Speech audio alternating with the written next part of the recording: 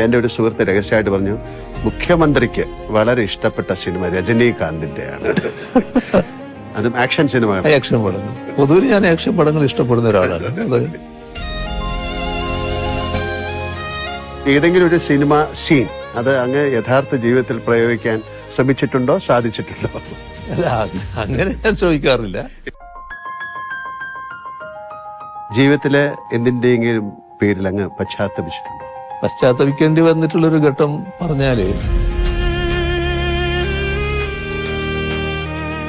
നമ്മുടെ അടിച്ച് തോല് പൊളിക്കുക എന്ന് പറയുന്നില്ലേ, എന്റെ ഈ ശരീരത്തിന്റെ തൊലി പൊളിഞ്ഞു പോയിരുന്നു.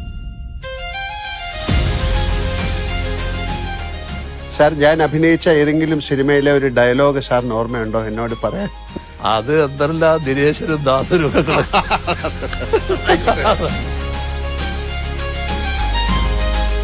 എന്റെ കേരളം, അങ്ങയുടെ കേരളം, നമ്മുടെ കേരളം.